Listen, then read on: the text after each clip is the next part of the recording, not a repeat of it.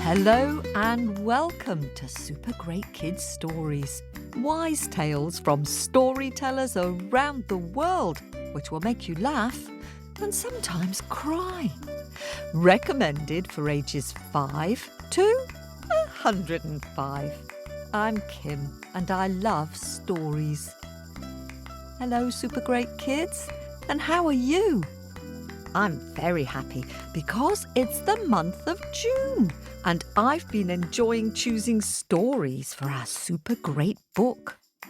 The theme is birds and nature, and the story this week is all about a little half chick who is small but quite strong and a bit proud. It comes from Spain and it's told by Rebecca Lemaire. Rebecca plays lots of musical instruments and today she's playing the thumb drum or thumb piano, which is an African instrument, and the castanets or castanuelas, which are used a lot in Spanish music. Now, just before we hear from Rebecca, I wonder if you could have a little think. My friend Alison was telling me recently that she really likes the very first story she ever heard on Super Great Kids Stories. Hers was Butterball, the Norwegian fairy tale about a boy who's tricked by a troll, which is told by Emily Hennessy. Alison heard that story and she was hooked. So she particularly likes that tale. Can you remember the very first tale you heard on Super Great Kids Stories?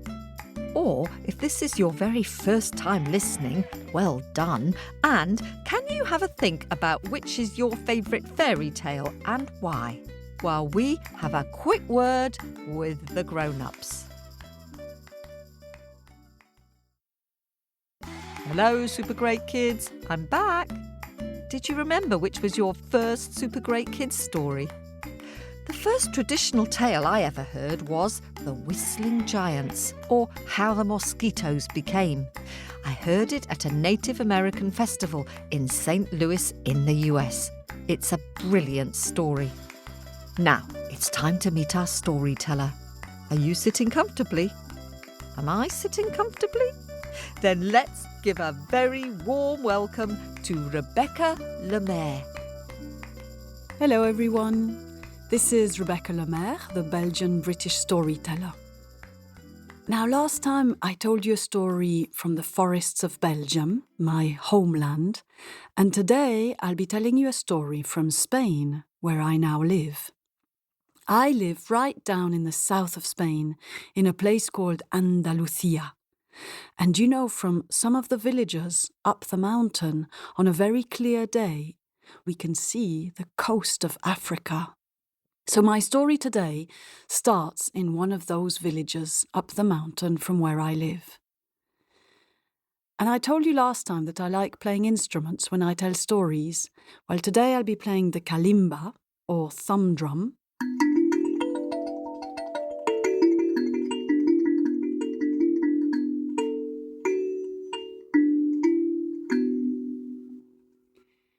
And the castanuelas, or the castanets, which are a Spanish percussion instrument. Medio pollito,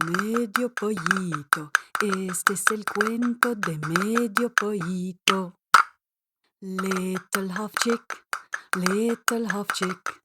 this is the story of Little Half Chick. Había una vez, once upon a time, on a farm in Andalusia, in the south of Spain, there was a little chick. But this little chick was very, very different from his brothers and sisters. When he popped out of his egg, Mother Hen couldn't believe it. This little chick of hers had only one eye and one wing and one leg. It was half a chick. So everyone on the farm started calling him Little Half Chick, or in Spanish, Medio Pollito. And Medio Pollito Well, of course, he walked in a funny way compared to his brothers and sisters. He'd sort of trip and hop around, and it went something like trippity-hop, trippity-hop, trippity-hop. But Medio Pollito was not weak. He was stubborn, and he was quite proud.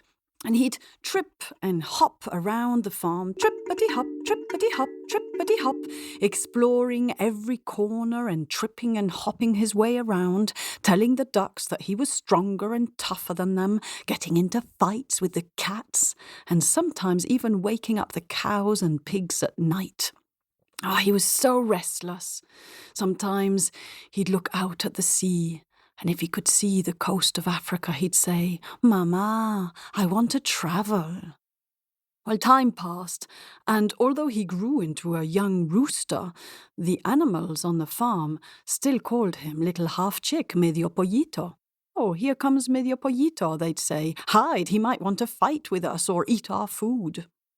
Now, one day, Medio Pollito decided he was just too bored with the life on the farm, and so he decided to go and see the king in Madrid.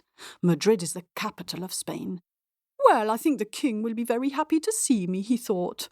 And he went and told his mother, "Mamá, me voy a Madrid a ver el rey en su palacio. I'm going to Madrid to meet up with the king in his palace. Bye. Adios." Mother Hen said, "What a strange idea, why?" But she knew how stubborn Medio Pollito was, so she didn't even try to stop him. But she did give him some advice. "Please be careful, Medio Pollito, and be kind, be good." But Medio Pollito was not listening. He was already halfway down the lane, trippity-hop, trippity-hop, trippity-hopping his way, and beginning his long journey to Madrid. Well, he was tripping and hopping along when one day he came to a little rivulet, a tiny little river, in which the water was stuck under some weeds tightly woven together. "Oh, Medio Pollito," cried out the water. "You're just here on time. Ayúdame, please help me. Could you please remove these weeds? They're stopping me from flowing freely."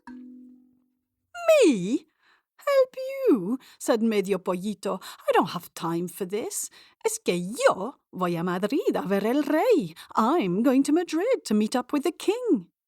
And off he went, trippity-hop, trippity-hop, trippity-hop, carrying on his journey up north. Now, one day he came across a dying fire that was covered in wet leaves. Medio Pollito," said the crackling fire. "Please help me. Can you fan the leaves with your wing? I'm dying. I need to breathe. Give me some air. Please fan me." "Me? Help you?" said Medio Pollito. "I don't have time for this. Es que yo voy a Madrid a ver el rey. I'm going to Madrid to meet up with the king." And off he went without helping the fire, trippity-hop, trippity-hop, trippity-hop, carrying on his journey towards Madrid. He was almost in Madrid when he came across some bushes in which the wind was stuck. "Oh, Medio Pollito," said the wind. "Ayúdame, please help me. Can you remove these twigs and branches so I can blow freely?" Well, I think you can guess what Medio Pollito said. "Me? Help you?" said Medio Pollito. "I don't have time for this. Es que yo voy a Madrid a ver el rey. I'm going to Madrid to meet up with the king." And off he went, trippity-hop, trippity-hop, trippity-hop. Well, Medio Pollito got to Madrid. He found the palace, and he passed right in front of the guards at the palace gates, and he entered the palace courtyard. And he was trippity-hopping his way across the courtyard, wondering where the king would be at this time of the day, when the palace cook, saw him from the kitchen window. "Aha!" she thought. "The king has just announced that he wants chicken soup for dinner, and there isn't one single hen in the whole palace. Just what I need." She ran outside. She grabbed Medio Pollito by his one wing. She plucked him and she threw him in a big pot of water. which she put on a big fire. "Oh no," said Medio Pollito. "Water, water, ayúdame, help me. I'm all wet and I'm going to drown." "Ah," said the water. "Well, you didn't help me back then when I needed you, did you now?" And it rose higher and higher, even entering Medio Pollito's beak a little. And the water got hotter and hotter. "Oh no," cried Medio Pollito. "Fire, fire, ayúdame, help me. Don't burn so hot. I'm boiling. I'm literally boiling." And the crackling fire said, "Well, you didn't help me when I needed you, did you?" And it burned hotter than ever. Medio Pollito was almost burnt to smithereens when the cook came in, looked into the pot and said, "This chicken is all black now, and it's half a chicken. I hadn't realised. I can't give this to the king," she thought. So she grabbed Medio Pollito by his blackened wing and she threw him out of the window. Medio Pollito went flying out of the window into the courtyard, and he was just about to crash to the floor when the wind swept him up into the air. "Oh, wind, thank you so much, my friend. Gracias, gracias. You saved me. You can put me down now. Thank you so much." "Well," said the wind, "you didn't help me back there, did you, when I needed you? You know, I could take you around the world with me, blowing you here and there like a helpless feather. But I'm going to show you kindness and wisdom.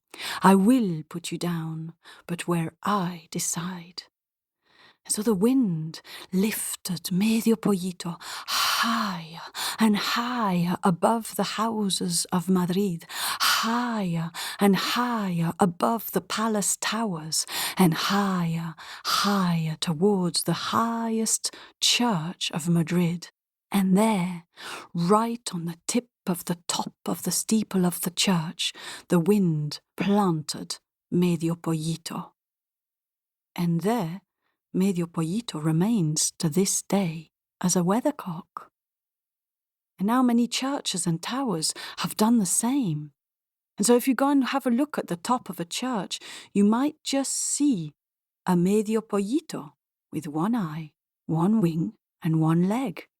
And you'll notice that whenever the wind blows, Medio Pollito turns this way and that way, as if he was listening to what the wise wind has to say. Y colorín colorado, este cuento se ha acabado.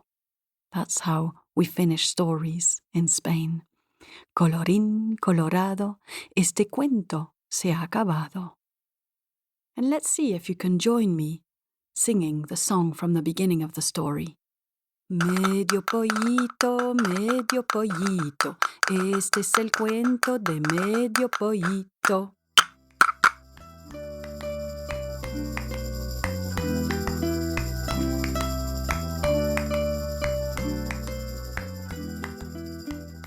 Thank you so much, Rebecca, for sharing that story. Did you join in with that song? In English, it means, "Little half chick, this is the story of little half chick." There are lots of versions of that story. Some have little half chick going tippy tippy tippy tap, or some go hippy hippy hop, and others skippity hop. I wonder what sound you'd use if you were telling the story and wanted your little chick to move along.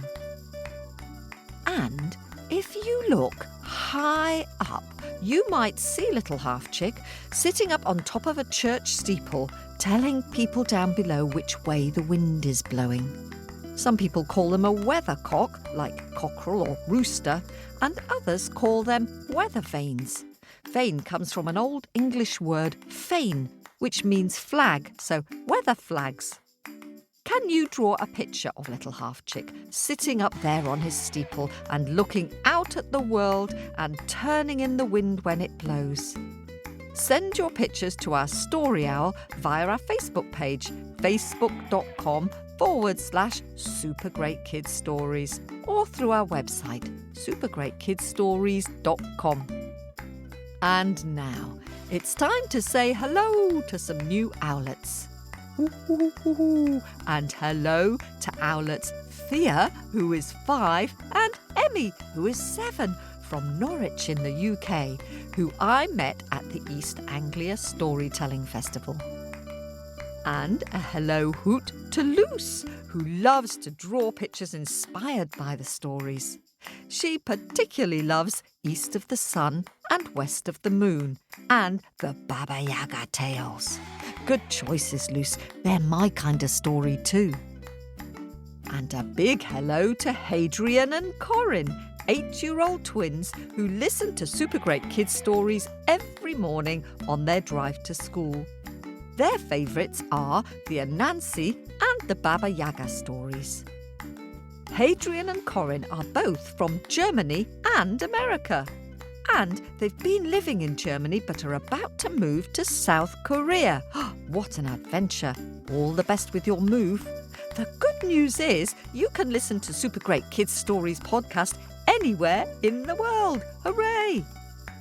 And let's fly over to Perth in Western Australia now and say hello to owlets and superfans Emerald, who is 8, and Rose, who is 4. Emerald's favourite stories are all of the Baba Yaga stories. Good choice, Emerald. And over to Maryland in the US next to say hello to Francis and Isla. Francis turned 6 in June and became an owlet for his birthday, and his younger sister Isla is 3. Their favourite stories are Anansi and the Hot Pepper Soup, Stick Woman and Cap of Rushes. Ooh, and Isla loves the Hairy Toe. Back to Australia next, to beautiful Byron Bay, to say hello to new owlets Walt, who is 8, and June, who is 6. Their favourite story is The Ghost of the Bloody Finger. I hope you're enjoying the scary stories. And over to Hove on the south coast of England next to say hoo hoo hoo hoo hoo to owlet Etta, who is 6 and a half. Etta's favourite stories are Tom Tit Tot and Anansi and the Magic Yams. They listen to Super Great Kids Stories before bedtime whilst feeding Etta's twin baby sisters, Nella and Meggie. And let's head out to Sand Springs in Oklahoma in the US next to say hello to Simon, who is 7, who likes The Ghost of the Bloody Finger, and to Malika, who is 3, who likes Stick Woman. And hello to Owlet and superfan Imogen, who is 7, who lives in Cambridgeshire in the UK. She's listened nearly every night for 3 years, and her favourite tale is the Chinese story, How the Phoenix Got Its Bright Feathers. And over to Seattle in Washington now to say hello to Eli, who is 7. Eli has been listening for over 2 years, and he says he can't choose which is his favourite because they're all so good. Oh, thanks for that, Eli. And let's take off to Sydney in Australia next to say hello to 7-year-old Leo. Leo and his little brother Eli, who is 4, really got into listening to Super Great Kids Stories this summer when they drove up the coast to go camping. Leo and Eli both love the Anansi stories. Leo's favourite story is The Old Woman and the Pig because he loves Jason Buck's sound effects, particularly the rope whipping the butcher's bum. And Eli's favourite story is Stick Woman. Welcome to everyone who's joined the Owlets Club. Thanks for supporting us. More Owlet welcomes next week. And you've been sending in brilliant pictures this week. My pick of the week picture goes to Lillian, who is nearly 6 and lives in New Zealand. Lillian has drawn a picture of how the kiwi bird lost its wings and has included special twirly-whirly Maori patterns called koru in her picture. If you'd like to see all the beautiful Super Great pictures sent in this week, go to facebook.com/Super Great Kids Stories. And a big thanks to all of you who've been giving us lovely reviews on Apple Podcasts. It's very moving to read what you have to say and puts a wag in our tails all week. And thanks very much to all of you who are subscribing to our podcast. We couldn't manage without your support. If you'd like to support us on Apple Podcasts or on Patreon, we'll say hello to you on the programme. You can hear our stories advert-free, and you'll get 40 bonus stories and at least 22 Super Great Scary Stories. For more information, go to our website at supergreatkidsstories.com. Remember to keep telling your stories, singing your songs, and sharing them with your friends. That's it for now. See you next week. This podcast was produced at Wardour Studios in fabulous Fitzrovia in London. Bye for now.